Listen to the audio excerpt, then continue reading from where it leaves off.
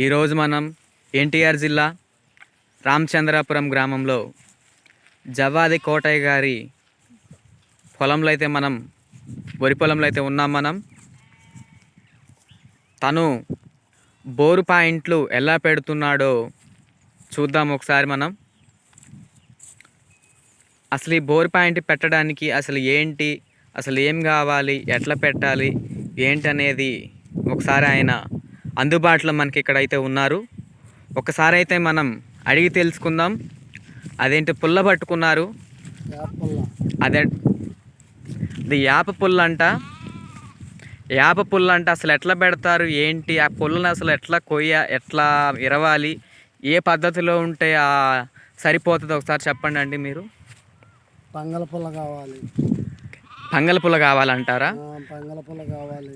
ఇప్పుడు 2 పాయలు ఉన్నాయి. 2 పాయలు ఉన్నాయి. ఒకసారి మీరు మాకు తిరిగి చూపించండి ఒకసారి.